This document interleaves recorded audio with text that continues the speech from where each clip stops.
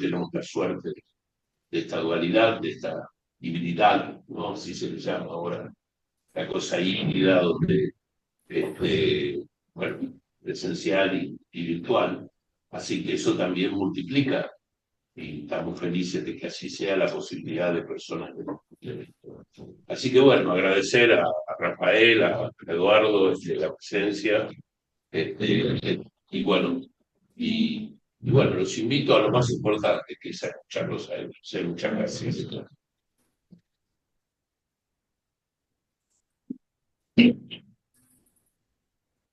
Bienvenido. Y bueno, yo hace menos de 2 años tuve el privilegio y el honor de fundamentar el premio del Instituto Literario y Cultural Hispánico como vicepresidenta de ese instituto. Fundamentar ese premio otorgado al doctor Rafael Felipe Oteriño por su trayectoria muy relevante en el campo de la poesía. Y hoy tengo la posibilidad de iniciar esta cátedra de poetología que esta institución ofrece al mundo de la cultura, no solamente de nuestro país, sino también de los países de habla hispana, y que lleva como un homenaje el nombre de Rafael Felipe Oteriño. Y quiero agradecer la generosidad que ha tenido de esta aceptación del homenaje, que deviene seguramente por su concepción de la poesía, que para él es un modo de vida, es un acto que sale al encuentro de nosotros, y nosotros tendremos el privilegio de estar en ese encuentro. Me parece que una cátedra es muy importante porque revivifica la palabra escrita, porque la palabra escrita cuando termina en un punto se transforma en un texto, y el texto cuando no tiene discursividad, es decir, cuando no hay un intercambio con los lectores a través de una conversación o a través de comentarios o de preguntas o inquisiciones o complementación de los textos, pareciera que el texto queda para ser estudiado después, mucho tiempo después. Recordando lo que dice Gadamer, ahí estamos construyendo un horizonte de expectativa con esta palabra viva que vamos a recibir de Rafael durante todos los meses. Así que para nosotros es un privilegio. Y quiero agradecer obviamente a las autoridades de la SADE que aceptaron por unanimidad el proyecto, y bueno, un agradecimiento especial porque me parece que la SADE en este momento se está convirtiendo en una institución que va a la vanguardia de todas las realizaciones culturales en el país. Y un agradecimiento especial también a quien está presente aquí, Fernández Núñez, porque nos acompaña en todos los proyectos y el que ha conseguido el aval de la Universidad Nacional de Villa María para los cursos. Y bueno, finalmente el agradecimiento a los escritores y a todos los que participan de nuestros cursos y seminarios, porque han tenido la intuición, diría, de captar ese mundo poético, ese mundo que creó Rafael a través de sus obras, y que es un mundo construido con palabras, pero es con palabras de la vida cotidiana, pero que nos interpela y nos hace pensar en las respuestas que la humanidad como género se plantea y se planteará a través de los años. Y bueno, y para hacerles conocer para qué creamos este curso, me apropio de algunas palabras de Rafael, que dice que la poesía es un proyecto humano muy importante porque desarrolla la sensibilidad y también la inteligencia de las personas. Y que sin la poesía el mundo sería plano, ¿no? Y entonces, mi agradecimiento también a esa generosidad y a ese para qué de este proyecto. Y ahora voy a dar la palabra a un ingeniero, poeta y ensayista y es el pionero en el estudio de la obra de Rafael en los cursos, y que a él le delego la responsabilidad de ser el custodio de la cátedra hoy y en los tiempos por venir. Gracias.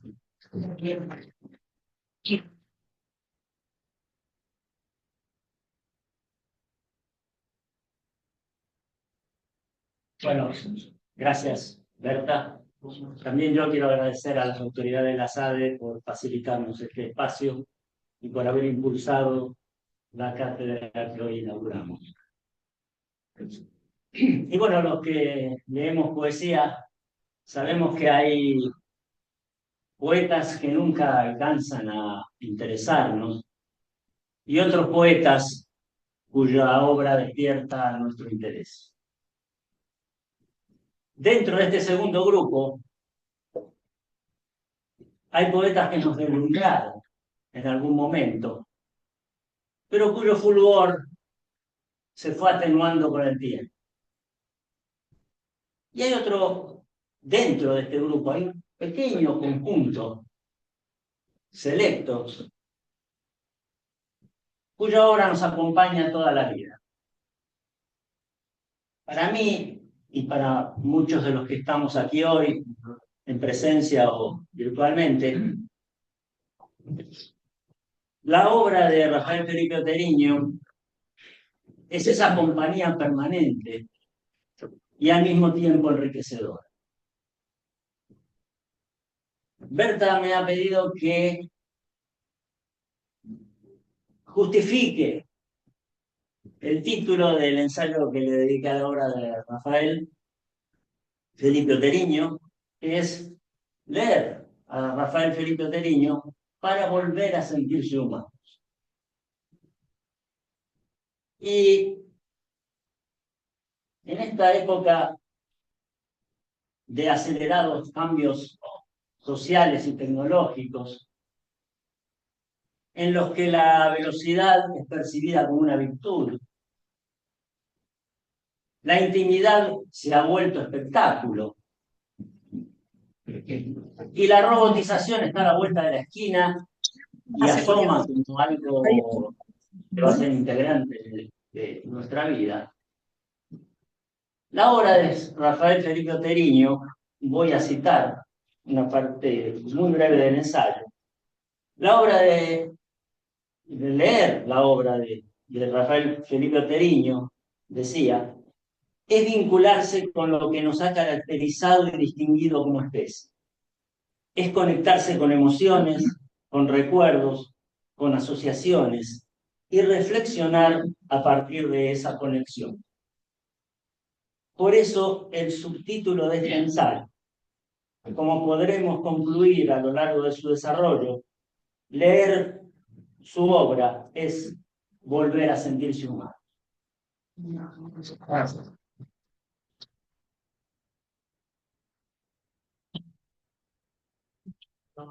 Presente y de sus antecedentes, pero Rafael ha pedido no hablar de eso, Eduardo lo mismo, así que diré simplemente que acá los vincula que ambos son poetas, escritores, que ambos son académicos. Así que les paso la responsabilidad de hablar ahora. Bueno, muchas gracias.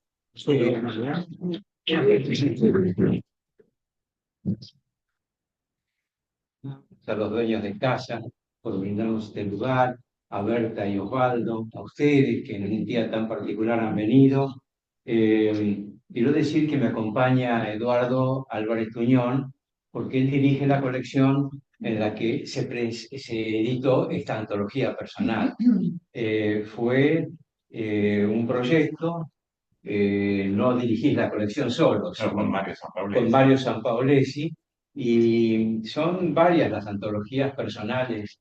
Un título que nos remite a Borges, que ustedes recordamos aquella edición que fue tan seductora, que nos cautivó a todos, de antología personal de Borges. O sea, viene con un prestigio dado. Pero lo cierto es que nos ha puesto en situación de vivir una experiencia, que es la de reunir sintéticamente, no toda la obra, pero ir desde el comienzo hasta el último libro, lo cual fue un quehacer antropológico. Y ahora sí te digo, cuando digo que él fue el autor de esta colección. Bueno, yo me sumo a los agradecimientos a Rafael y agrego una celebración, la celebración de la idea de Berta de convertir, ¿no? A Rafael Felipe Oteriño un poco en la luz de este proyecto.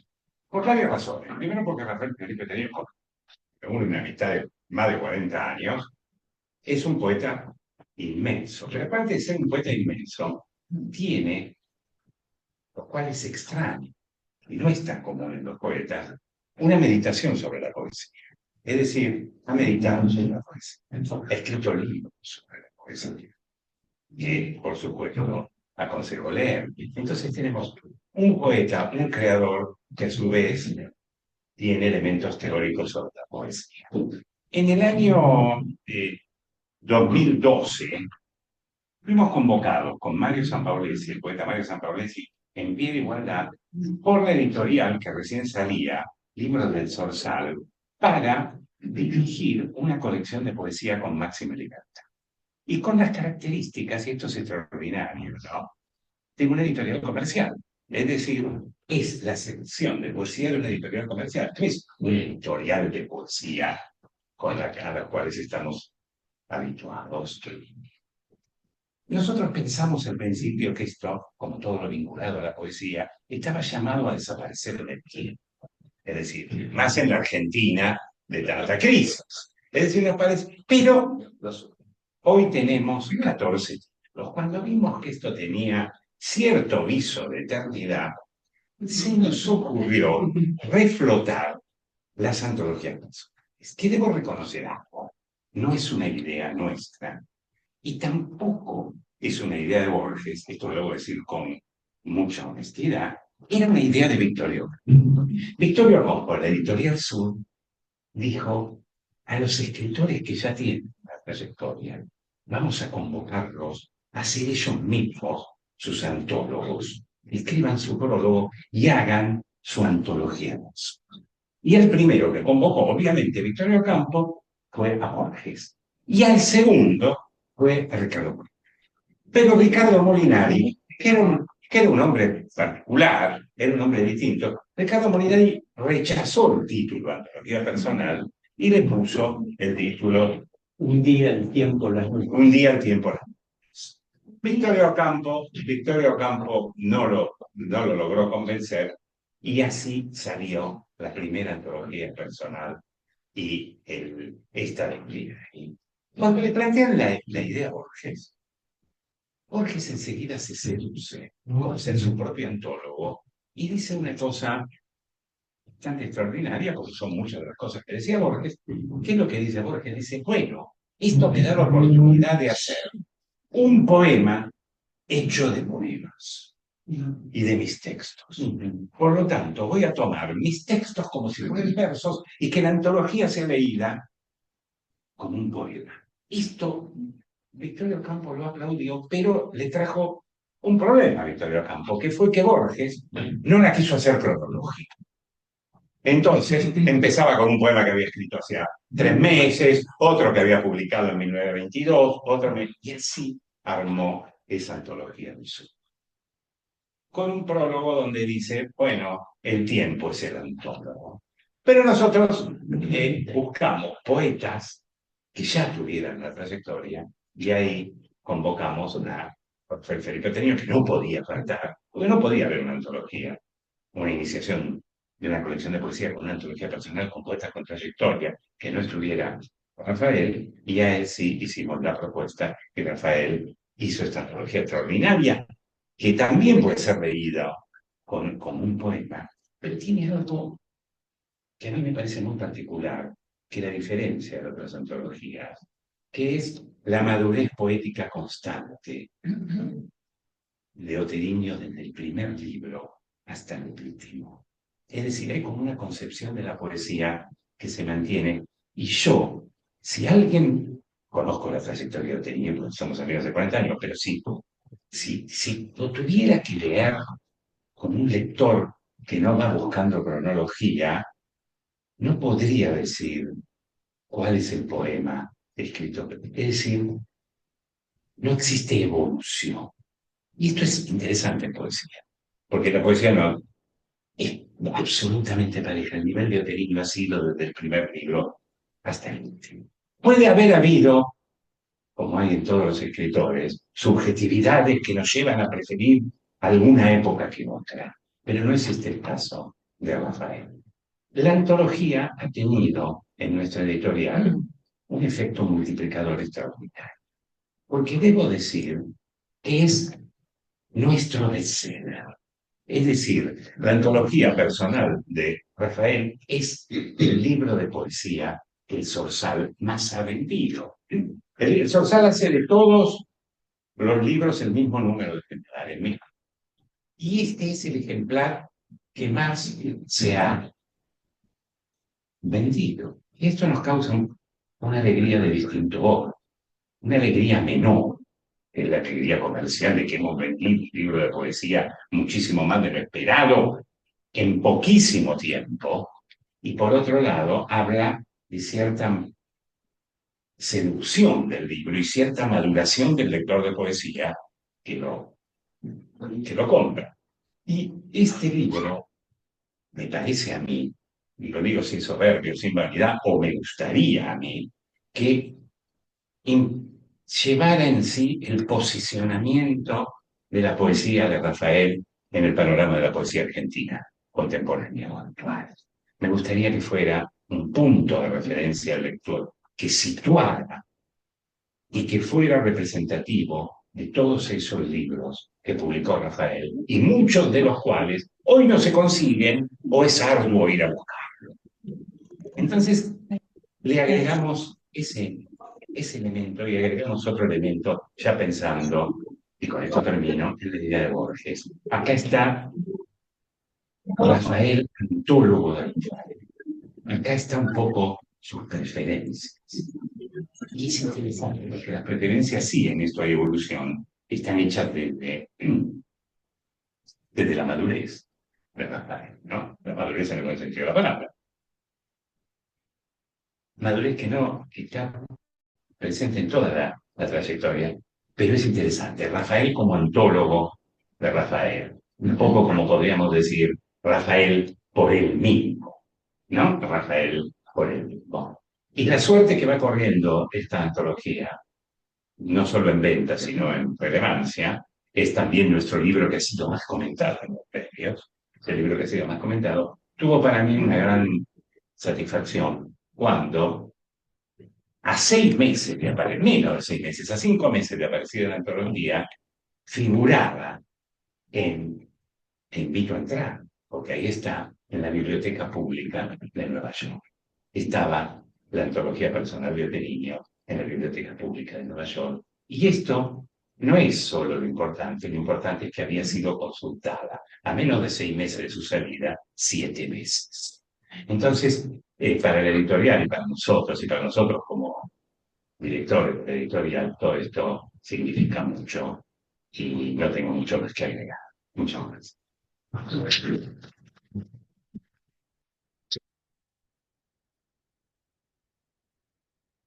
Debo decir que me siento un poco cohibido, primero por haber escuchado tantas veces repetido mi apellido. No es usual. No, pero también dije Rafael. Sí.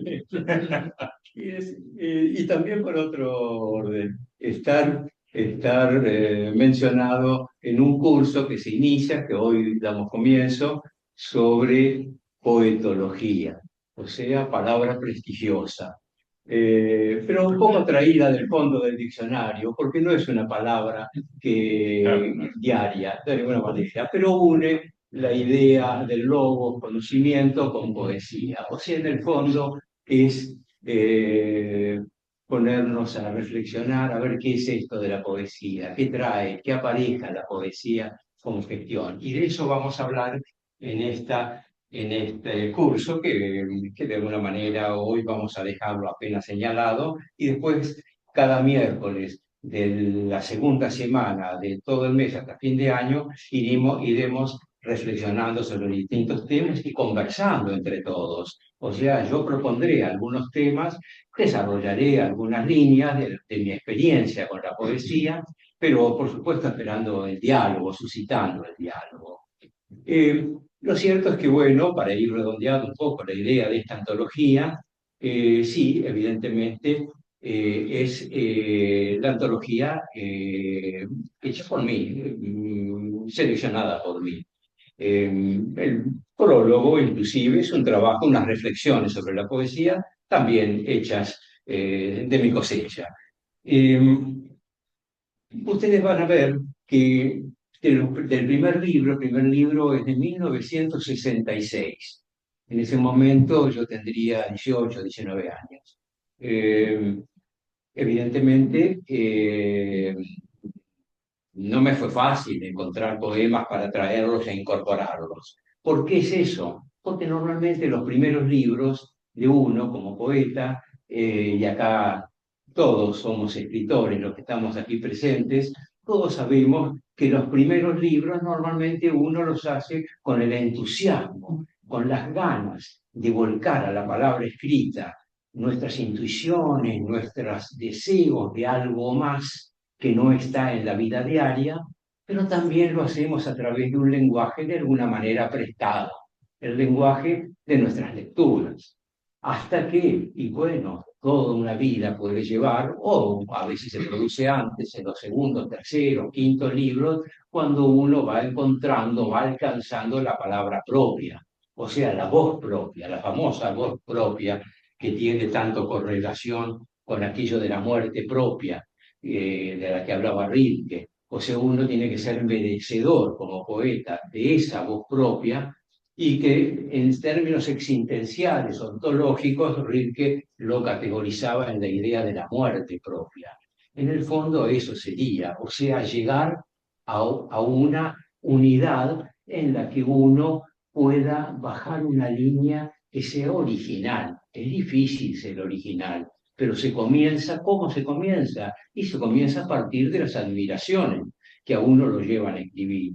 ¿Y por qué uno quiere escribir? Esta mañana hay esas cosas mágicas de este esclavo que es el teléfono este que le llamamos, seguimos llamándole teléfono que nos acompaña, pero que en realidad es una pequeña computadora que nos trae un montón de información. Y hoy estaba, no sé, resolviendo algunos temas de la academia, de letras, y de golpe, no sé por qué, ¡pum!, se filtró un reportaje de Vargas Llosa.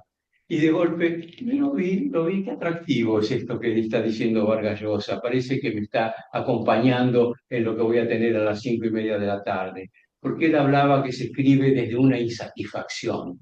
El mundo diario, la vida diaria, no nos da todo lo que nosotros intuimos que está ahí. Hay algo que nos convoca a desentrañarlo, a darle forma a algo de algún modo indecible. Y entonces él dice, claro, escribimos porque la vida corriente no nos basta. Queremos darle forma a algo que está contenido en la vida corriente, pero no está explicitado. Faltaba esa palabra que le diera dimensión. Eso tal vez, esa insatisfacción que quiere coronarse en la escritura, es la que nos mueve a la escritura y seguramente la que nos convoca en este encuentro. Bueno, el primer libro hay apenas un poema. ¿Por qué? Porque sentí, fue un poema, un primer libro que se llamó Altas Lluvias y que yo tomo en ese momento leía con gran admiración a un poeta francés, Saint-Jean Perse, que tenía un célebre poema, Las altas lluvias sobre la tierra, y cantaba a los mares, a los vientos, a los pájaros, a la naturaleza. Fue un poeta así que quiso ser planetario. Hoy voy a decir, así ya que ya somos conocidos y somos amigos, voy a hacer un homenaje a un querido amigo mío, que también creo que es el último poeta con apetencia planetaria entre nosotros, que es Teuco Castilla. Leopoldo Teuco Castilla se ha hecho el propósito de cantar al planeta. y él es un poeta celebratorio. Viaja por el mundo nada más que para buscar imágenes, colores, sensaciones, olores. ¿Para qué? Para volcarlos en un próximo libro. Bueno, ahora justo una operación en la pierna lo tiene un poco detenido, si no estaría viajando. Pero él busca porque él quiere celebrar el planeta. Yo, en este despertar mío a la poesía, leía con mucha admiración a Saint-Just Peirce. Y bueno, el primer libro se llamó Altas Lluvias por eso, porque lo tomé de ahí. Por supuesto, también había otro poeta argentino que yo admiraba, pero que eran los lenguajes prestados a partir de los cuales empecé a escribir, que era Ricardo Molinari. Luego, naturalmente, seguí leyendo y esa formación, todas esas lecturas y mi vida propia fueron las que fueron formando las condiciones para alcanzar una voz propia, que si es que la he alcanzado, se da en los siguientes libros. Por eso ustedes pueden ver, si ojean esta antología, de los segundos, terceros, cuartos, quintos libros, hay más poemas que de los primeros. Hasta que del último libro, el último libro publicado es del 2023, bueno, hay bastantes más. Por otra parte, también hay más poemas porque ese libro se publicó en España y que por razones de costo, ya salió en euros y entonces llegar acá era más difícil y vinieron muy pocos ejemplares. Así que entonces hay más ejemplares elegidos por mí en este volumen. Pero por eso entonces digo que si es que es de continuar hablando de mí, ¿qué es lo que puedo tener yo como voz propia y me señalo y me reconozco? Es que yo comencé leyendo muy atentamente a estos poetas y después inmediatamente a la generación española, por supuesto, al siglo de oro español y a la generación del 27 española. ¿Qué me dejó esas lecturas? Me dejaron el don del decasílabo, de los acentos. Ustedes van a ver que toda mi poesía es de verso libre, pero es un verso libre que tiene alguna acentuación. Hoy por hoy veo que mis contemporáneos, la poesía que se escribe en este momento, que tal vez no hizo estas lecturas, entroniza otro tipo de poesía absolutamente válida, legítima y tal vez más acorde con nuestro tiempo, pero no tiene esa rémora de musicalidad que yo de alguna manera persigo. Es que a veces digo, la poesía yo la pruebo en los labios, pronunciándola, y la pruebo en el oído, escuchándola, la propia poesía. Y a partir de ahí viene el proceso de corrección, de escritura y corrección. De esto vamos a hablar en este curso. Pero también hay otra impronta de nuestro tiempo. Nuestro tiempo es un tiempo muy audiovisual, muy de los medios visuales, de la palabra gráfica, de los sonidos. Y entonces también hoy tenemos otra impronta, que es la de configuración del poema como objeto. O sea, la simpatía visual que puede producir el poema. Esto tal vez no lo van a encontrar tanto en otro autor. Creo que yo he llegado a esto porque yo busco no solo que el poema suene, y me gusta leer aquellos poemas que suenan en el oído bien, aunque no los entienda del todo, ya después los voy a entender al repetirlo o viviendo yo más, he de llegar a esa experiencia. El poema que suene bien, el poema que salga de los labios grácilmente, pero también que me permita una simpatía visual. ¿Qué quiero decir con lo de simpatía visual?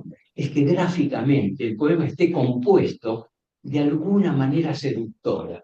Históricamente, la manera seductora era la vieja preceptiva.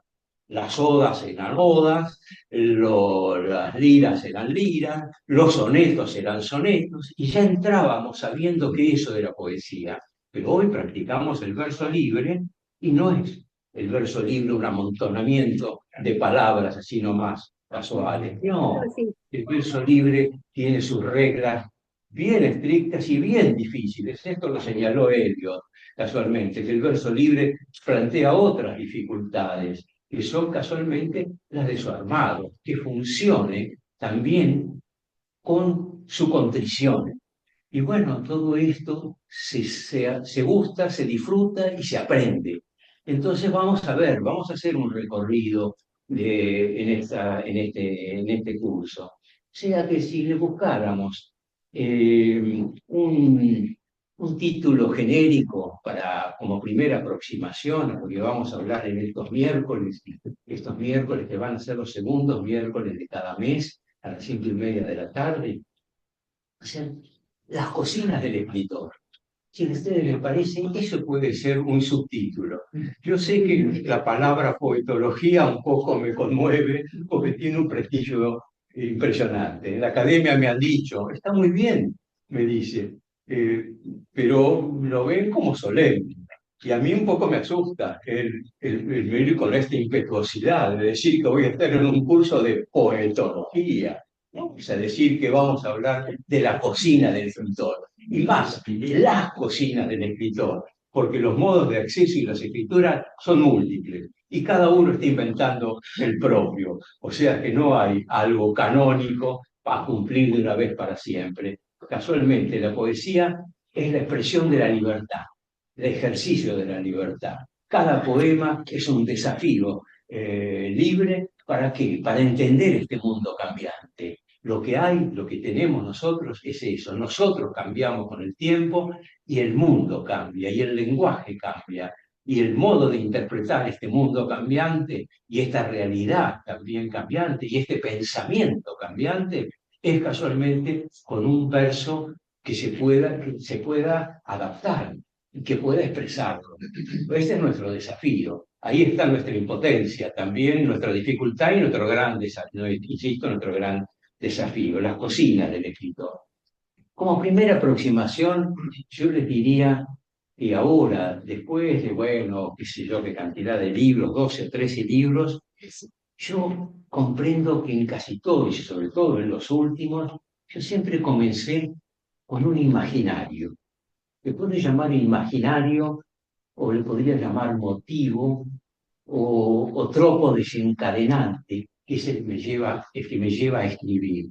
O sea, los libros normalmente los he escrito por periodos. A veces he pasado, no sé si un año entero sin escribir poesía, pero no hay que asustarse si uno está un año entero, porque tal vez un libro de poesía puede tener 48 páginas, como dice la normativa que define un libro de poesía, de 48 en adelante. Pero un libro de poesía es un conjunto de piezas individuales, pero es más que un conjunto de piezas individuales, porque ese conjunto también conforma una voz propia. Uno viene a decir algo en particular con cada libro, más allá de que cada poema en particular sea un mundo en sí mismo. Pero por eso digo, ¿cómo pueden nacer? Y a veces esa apetencia por escribir, aquello que nos conduce a la escritura, puede tener un imaginario, el silencio, los vientos, el cambio, el amor, la muerte, la zozobra por los años alcanzados. Yo me doy cuenta y ya en los últimos libros empieza a aparecer un tema vinculado con la vulnerabilidad y con la finitud también. Empieza esa meditación. Y también en lo último que que estoy escribiendo, lo último inédito, hay algo más, que es no ser llorón. O sea, la elegía es uno de los grandes géneros y un recorrido permanente de la poesía, ¿no? Es aquella que se lamenta de lo pasado y de lo perdido. Bueno, pero no abusar de la elegía. Creo que uno escribe para uno, pero uno publica para los demás. Y cuando uno publica para los demás, me parece que no hay que llorar, no hay que decir que el mundo es catastrófico y que lo mejor ya pasó. En todo caso, hay que ver si desde la experiencia de lo vivido uno puede dejar un mensaje de ilusión y de esperanza y de que la continuidad es nuestra realidad. Continúa en los otros o continúa en los otros. Lo que hay es un diálogo permanente. O sea que entonces en las cocinas del escritor está ese tema, lo imaginario, lo que nos lleva a escribir. Pero ese imaginario, que a veces me cuesta también categorizar, lo voy a decir con ejemplos. ¿Cómo ser? Yo publiqué el último libro en el 2023. A partir de ahí hubo algunos meses en que el poema no aparecía y me venía esa pregunta que todos hemos sentido alguna vez. Bueno, no escribo más, no me asiste más, no viene nada más. Puede ser 2, 3 meses, 6, un año, no se asusten, eso lo tenemos todo. Más uno puede decir, he sido un falsario, me he mostrado como escritor y de golpe no puedo continuar, no viene nada nuevo. Bueno, las lecturas ayudan mucho, no solo la vida. Leer el poema no hay que temer al famoso plagio. No es, el plagio sería copiar deliberadamente un texto de otro y bajarlo como propio. Recuerdo un poeta, Juan de la Plata, amigo de mi infancia, al que yo le descubrí a Molinari. Me acuerdo, él después no pasó al, no pasó, hoy no lo conoce nadie. ¿Por qué? Porque él adoptó el método ese. Abría los libros de Molinari y escribía así, los miraba y escribía. No, eso era plagio casi. Buscaba la inspiración directa en las líneas. No, pero no hay que temer, temer tampoco a la bajada de las lecturas que no ha hecho. Un poema a veces es desencadenado por las lecturas, no solo por la vida. Uno lleva la línea ajena a otra dimensión. Así que entonces las lecturas son muy provechosas. Bueno, yo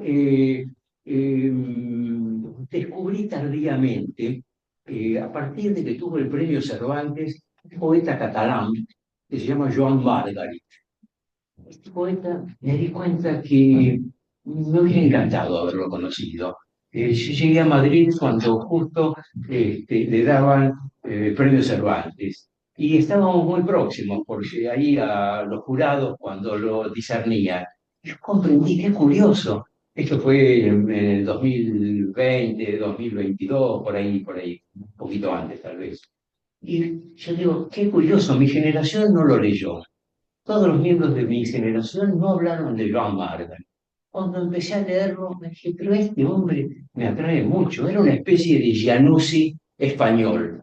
Un hombre medio pesimista, un hombre sensual, pero de esa vieja escuela, de un mundo de pobreza, de frustraciones. Para este Margaret, encima, un hombre que, como catalán que era, privado de su lengua madre, porque durante Franco se les prohibía a los catalanes hablar el catalán. Entonces él escribía en catalán, pero tenía que traducir él mismo al español su propio poema. Bueno, una personalidad atractiva. El hecho es que encuentro, leyéndolo, descubriéndolo, encuentro una línea que me encantó. Y dije, esto me hace temblar. La lluvia que ahora escucho. Dije, no, esto es casi el título de un libro. La lluvia que ahora escucho. Habla del tiempo. Y habla también, de alguna manera, de la vida realizada, acaso de la vejez. La lluvia que ahora escucho. Bueno, tenía el componente temporal incluido. Pero me empezó a desencadenar poemas, esta plataforma, esto que yo llamo este imaginario. No era que yo repitiera eso, salieron de la vida experiencias mías. Después, pasado el tiempo, cuando ya ese contenido está, son 40, 60 poemas más o menos, me di cuenta que es un título triste. Entonces no iba a servir como título. Todavía no lo he encontrado. Estoy con esto compartiendo con ustedes una experiencia que es igual a la que ustedes tienen. La búsqueda, la realización de los poemas y después la búsqueda del título, que es tan importante, el título es tan importante. Tenía una amiga que un día me pidió que presentara un libro y me puso en una encrucijada, porque publica un libro, un título y lo termina con 3 puntos suspensivos en el título. Y cuando estaba ahí, yo lo acompañé en la presentación, pero yo no podía dejar de decirme un título que está prometiendo algo que no dice. No, creo que los títulos suspensivos, los puntos suspensivos están ante los signos gramaticales, pueden ser utilizados. Yo no los utilizo, porque creo que el desafío es hacer verbal lo que esos puntos suspensivos están diciendo que sobreviene. Ahí está el desafío, hacerlo verbal, darle entidad verbal. Pero, bueno, entonces continúo con la idea de, me di cuenta que era casi la lluvia que lo escucho, era tristón. Hablaba de la vejez, no era lo mejor. Un libro debe predisponer bien al lector también. Hay que pensar que cuando se publica para el lector. Entonces, tiene que ser más prometedor. Quedó ahí en suspenso, el título todavía no ha aparecido. Ahí le decía a Eduardo, bueno, si me ha invitado a la editorial para publicarlo, pero será para el año que viene, cuando aparezca el título y cuando yo haya tomado todo el año de ajustes, correcciones, que es delicioso corregir también. Vamos a coincidir en esto. Cuando están el libro y están los poemas inéditos, es delicioso, porque uno sabe que lo tiene ahí. Pero entonces ir corrigiendo, ajustándolo, la perfección, aquello repetido, esa palabra que ya utilizó 3 veces, vamos a reemplazarla por otra. La tarea de corregir es tan rica como la de escribir. Bueno, entonces de golpe un día leyendo ahora, no hace tanto, este verano, a Octavio Paz, encuentro la vez pasada en una reflexión de Octavio Paz una línea que dice todo conjunto, todo libro de poemas es en el fondo un diario. Eso es interesante. Todo libro de poemas es en el fondo un diario personal. Ese diario que es capaz que lo escribimos paralelamente a nuestra obra, o que tal vez nuestro diario es cada uno de los poemas y cada uno de los libros nuestros. Ahí está el itinerario, están todas las confidencias que uno hace en un diario. Bueno, la palabra diario, esto me interesó, que sea un diario. Y ahí quedó de nuevo. Reemplacé el imaginario ese de la lluvia que ahora escucho por un diario. Y ahí se empezó a componer. Me di cuenta que sí, que un diario, la idea de diario es algo que me organiza mi mente y también mi libro. Bueno, por eso hago esta confidencia, pero sabiendo que finalmente todo debe concluir en la forma. La forma. Ahí está el tema, la forma obtenida en el lenguaje. No hay que descuidar la forma, porque lo que nosotros hacemos es no la realidad, sino un sucedáneo de la realidad verbal.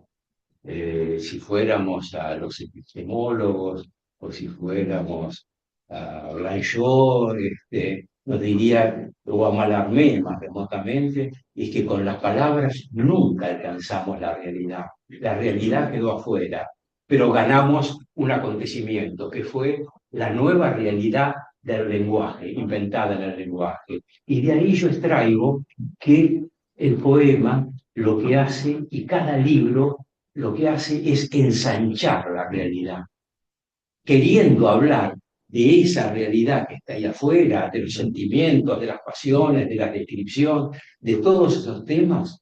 Nosotros hablamos de algo más, que es la realidad verbal que intenta expresarlos. Entonces, por eso es que hay que cuidar tanto la forma. En este curso vamos a ir tratando algunos tópicos o propuestas que yo voy a traer. La señalo como segunda.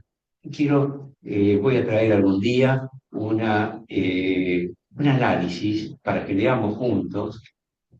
Es un poema muy corto, de Marechal, El soneto del amor navegante. Bueno, un clásico ya, pero es un poema tiene un montón de situaciones irresueltas y que por eso, por lo irresueltas, es que está vigente, porque seguimos memorizándola para ver si alcanzamos. Es como aquella frase de Rilke que él hizo poner en su lápida, oh rosa, pura contradicción, el sueño de nadie bajo tantos párpados. ¿Qué dijo? Sin embargo, lo seguimos repitiendo. Él murió hace casi 100 años, ¿no? Y un poco menos, pero sí, por ahí, en el 30, en el video, habrá muerto Rilke. Bueno, esa línea todavía nos desplaza cuando vamos a Suiza, al cantón donde está el cementerio, para ir a rendirle tributo. Pero la repetimos, oh rosa, una contradicción, ser el sueño de nadie bajo tantos párpados. Tiene una belleza verbal. ¿Qué dice? Bueno, tenemos toda la vida y cada uno una respuesta para resolverlo. Y otro poema de lo que sería la vanguardia, que también voy a traer para analizar, es La Jolie Rouge, de Apollinaire, la bella pelirroja. Un poema de la vanguardia, un poema irrespetuoso, porque el arte se alimenta de las irrespetuosidades también. ¿Por qué? Porque las vanguardias, ¿qué son eso? Ejercicios de la libertad. Y entonces, cada tanto, lo canónico se refresca en virtud de lo irrespetuoso. Le llamo irrespetuoso entre comillas y con respeto también, ¿no? Valga la repetición y la vuelta y el retruécano, porque en el fondo es el modo de refrescarse el lenguaje. Y nosotros, los poetas, somos los primeros que vemos cuando el lenguaje se adocena y cuando adopta el cliché y cuando las palabras no dicen nada. Y entonces, ¿qué hacemos? Y bueno, a veces es intuitivo, es finura del espíritu nuestro que nos lleva a transitar otras zonas. Y traemos una palabra del fondo de la historia como esta, que todavía me siento que me queda grande, que ha traído Berta, la de poetología, no es extremadamente el uso, Entonces la debemos a Ilía, ¿no? bueno, en realidad el que la ha traído del fondo es Pilía, que hizo un curso ahí en La Plata, o en esta misma sala, creo, ¿no? Bueno, pero ¿qué es esto? Esto es un comportamiento poético, ir y traer palabras de allá del fondo, pero no ir a buscarlas como si fuéramos unos minuciosos, porque si no, se nos imponen. Vemos que esa no estaba transitada, que trae un aire nuevo, que nos dice cosas nuevas y que nos permite ensanchar el espectro de lo real. Bueno, y con eso, ¿qué podemos lograr? Y podemos lograr un efecto de verdad. La poesía no dice, no pretende, como los filósofos, alcanzar la verdad, porque los propios filósofos saben que en su pretensión de alcanzar la verdad, lo que logran es una locución que intenta, que quiere ser verdadera, pero la verdad está la legión de aquellas personas que dicen que la verdad es relativa. Así que entonces nosotros lo que a veces logramos es un efecto de verdad que nos permite que, bueno, el lector comparte provisoriamente esa propuesta que hemos hecho en el poema. También de eso hablaremos. Y otro tema de los que están un poco en mis libros de ensayos es la idea de que la concentración, intensidad y velocidad de impacto son las constantes de la poesía. No es la preceptiva. Hoy por hoy ninguno de nosotros cumple la vieja preceptiva. La respetamos, pero está ahí en la historia. Tal vez estamos en una nueva preceptiva, que es, sí, en la del verso libre. Pero es el verso libre que, insisto, y quiero repetirlo 1000 veces, no es un verso descuidado. Y si es descuidado, es deliberadamente descuidado. Ha sido deliberadamente. Cuando dejamos esa palabra suelta, aislada, lo hacemos por algo. Hay una intencionalidad ahí, no es al azar. Aún el azar debe ser guiado. También vamos a analizar porque esto llevará nuestras reflexiones, las va a llevar para el lado del pensamiento que está en la poesía. La poesía Por algo Aristóteles acumuló los libros de poesía junto a los de filosofía. Estaban ahí juntos, en el mismo estante, pero no es lo mismo. Pero son primas hermanas, la filosofía y la poesía, y sobre todo en los presocráticos. Utilizaron el lenguaje poético para empezar a filosofar, ¿no? Así que vamos a analizar esa frase tantas veces repetida de Mallarmé, con el que nace la poesía moderna, que dice que la poesía no se hace con ideas, sino con palabras. Eso se lo dice a Degas. Cuando Degas le dice, Degas, el escritor Degas, el de las bailarinas, de ballet, le dice, pero tengo un montón de ideas, pero no me sale ningún poema. Lo consulta al poeta con su contemporáneo. Ah, le dice Edgar, es que la poesía no se hace con ideas, se hace con palabras, con lo cual centra la cosa. Hay pensamiento en la poesía, pero sobre todo el componente y el resultante, lo que ofrecemos, es un conjunto de palabras en las cuales hay pensamiento, pero hay música verbal también. Bueno, todos estos temas son los que vamos a tratar. Y después, seguramente en alguno de los últimos, vamos a llegar a algo que yo lo vengo insistiendo. Hemos estado recientemente en una reunión muy linda con amigos que están aquí presentes, que cuando me entregaron este premio del Instituto Literario Cultural norteamericano, hay un fenómeno que hay que entender, que es la nueva oralidad. Y la poesía ahí ¿no? Se maneja a sus anchas. No sé si la narrativa tiene tanta suerte como la poesía, pero hoy por hoy, en el instante ese en el que presentamos un libro, en el instante en el que lo leemos, esa posibilidad que tiene por circular la poesía en las redes, por su tamaño más reducido, la lleva a un vértigo oral. O sea, esto es otra nueva experiencia. Y yo creo que esa nueva oralidad, o sea, digo la nueva oralidad porque la poesía nació siendo oral, ¿no? Esa nueva oralidad también debe estar derivando, afectando, conmoviendo la redacción, el componente estricto escrito. Así que todo esto es lo que vamos a ver. Bueno, Berta, vos me dirás si hay algo más que podamos hoy...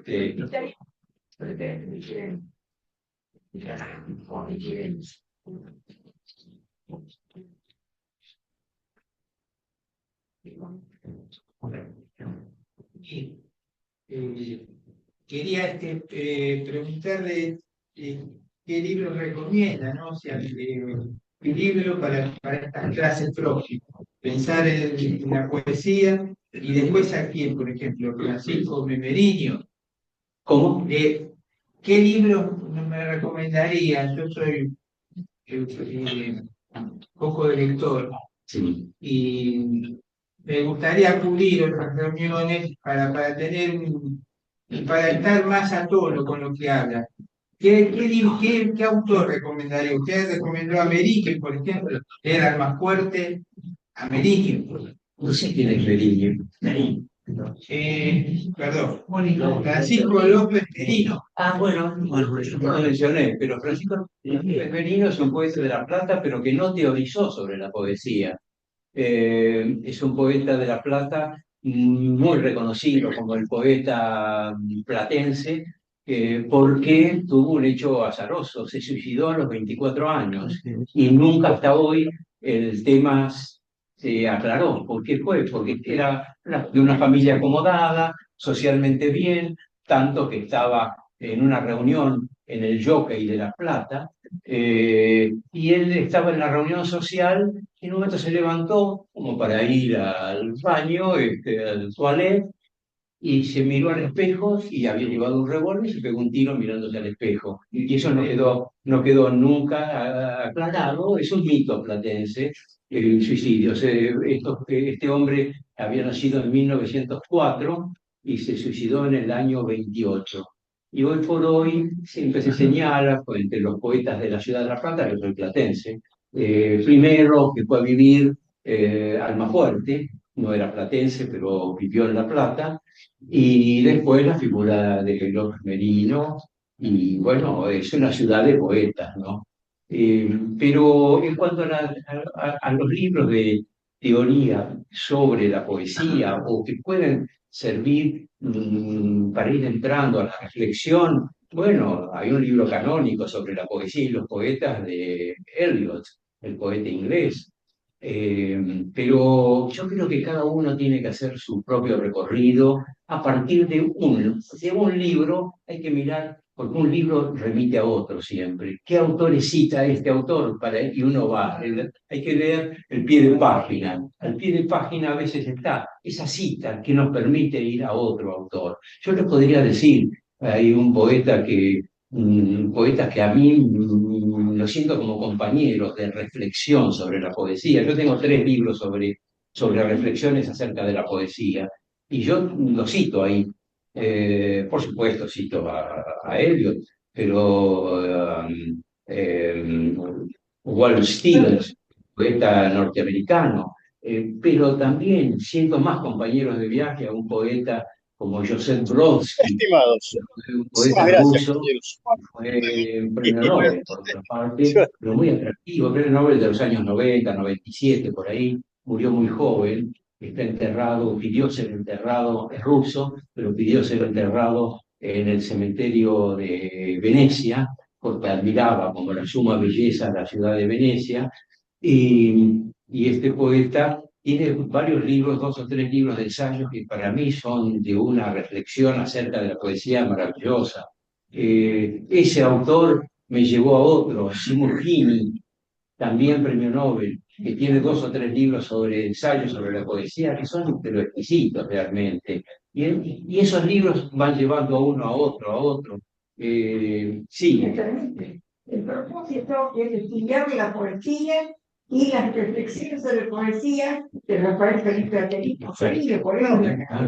Entonces, hoy se va a estar a la venta la antología personal a precio promocional, mucho más barata que en las librerías, ¿verdad?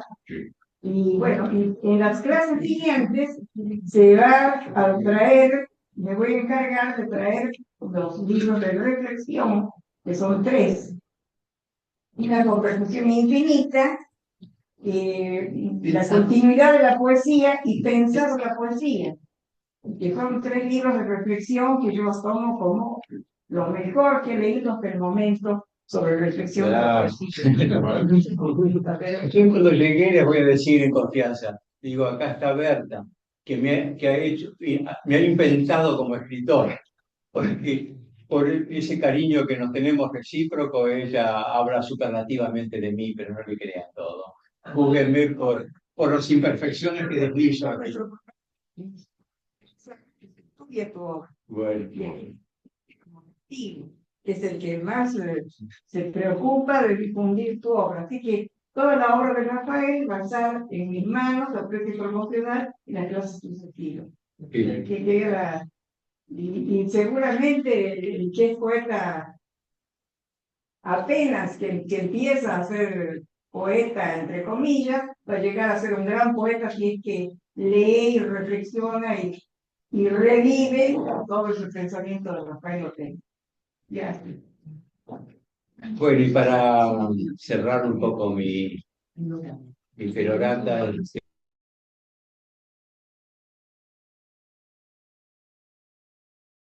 3 o 4 palabras para definir el estado histórico de la poesía, permanente de la poesía.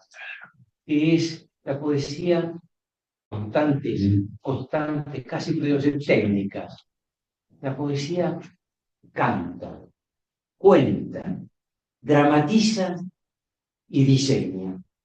Y eso da lugar a mucha conversación. Históricamente la poesía está llamada a cantar, comenzó cantando y nunca dejó de cantar. Es importante también eso. La poesía hoy sí sigue hoy cantando, pero ¿qué canta? Algo que porta, y ahí es donde cuenta. Y además para que nos produzca una emoción, porque en el fondo la poesía es un fenómeno emotivo, dramatiza. Y el último componente, que ya señalé hace un rato, la poesía como escritura diseña, compone la página. Esto, más o menos, variando, tomando dos, tres, mezclándolos, estos son constantes permanentes. Y cuando nosotros escribimos, ustedes están escribiendo, recuerden un poco esto.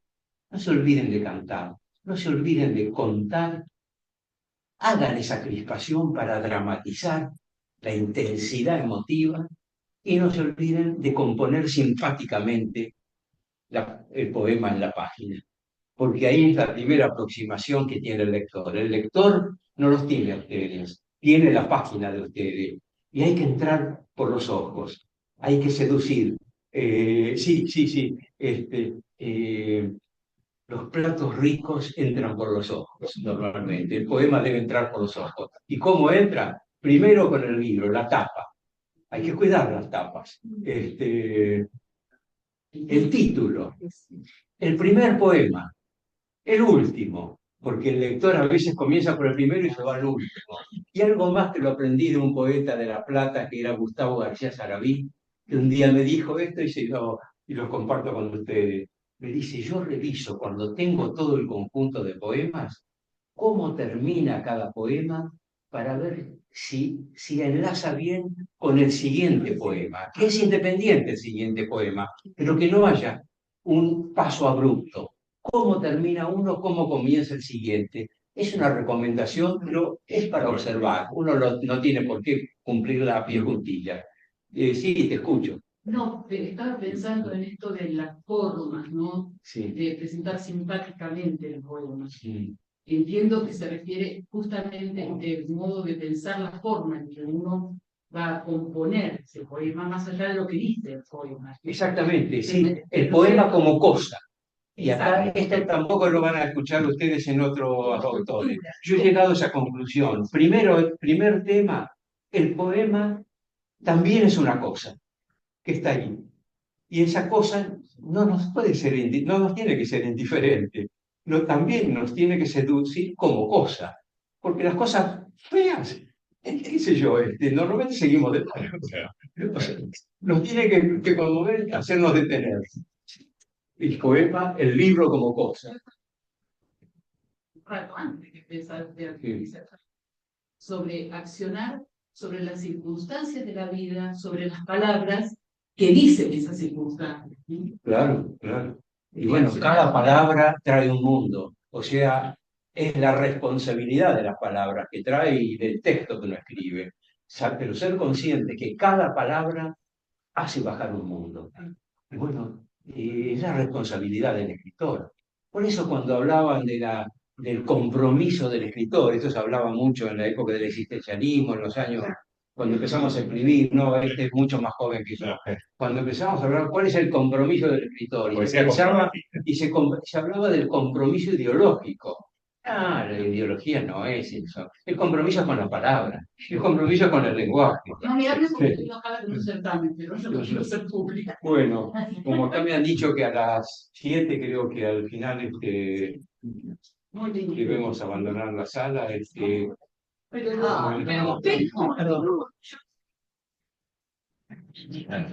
¿Cómo? El libro sí. Muy bien. Berta,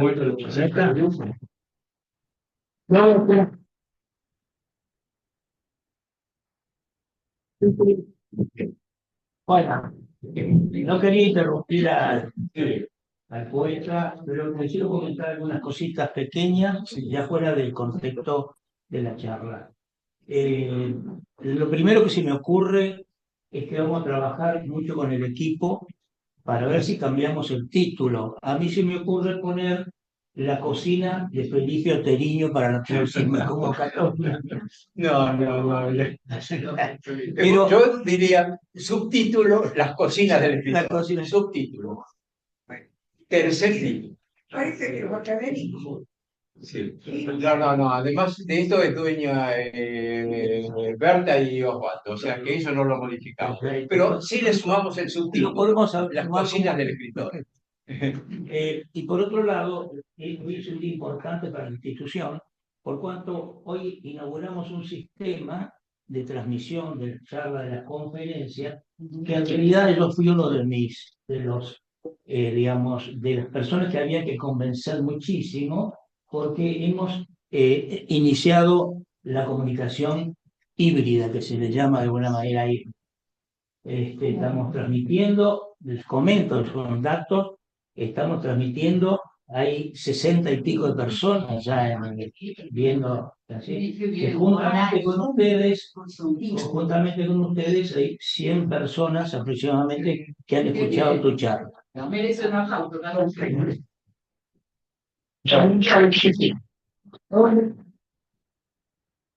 Por otro lado, tengo que decir realmente que a mí me tuvieron que convencer que yo aceptara la palabra híbrida. Porque en realidad nosotros íbamos a iniciar este sistema híbrido con la poesía. Y en realidad la poesía es antihíbrida.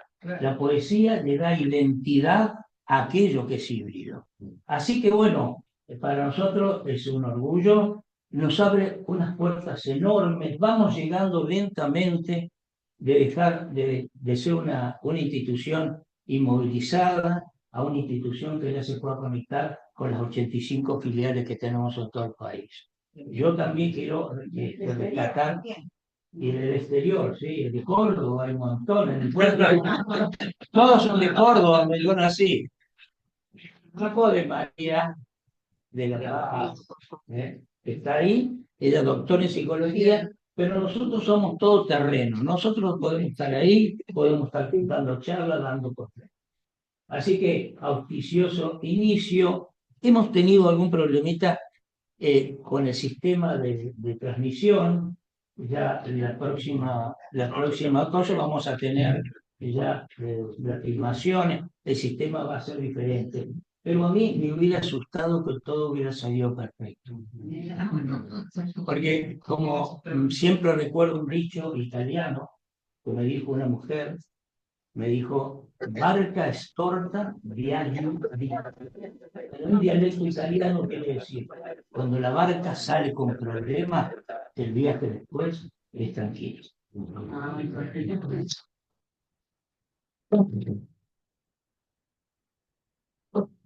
Voy a dejar de grabar.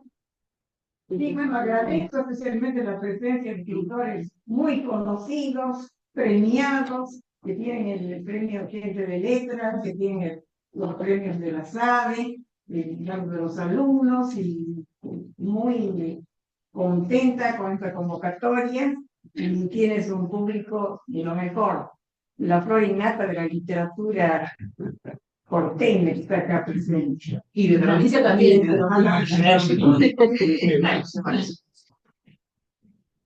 Venimos en representación de SADE Martínez Argentino. Ah, muy bien. Sí, tal cual. Bueno, muchas gracias. Entonces, quedan los que quieran comprar el libro, que se van acercando. ¿Cuántos están llevando? Bueno, después hacerse Muchas gracias y hasta el próximo miércoles.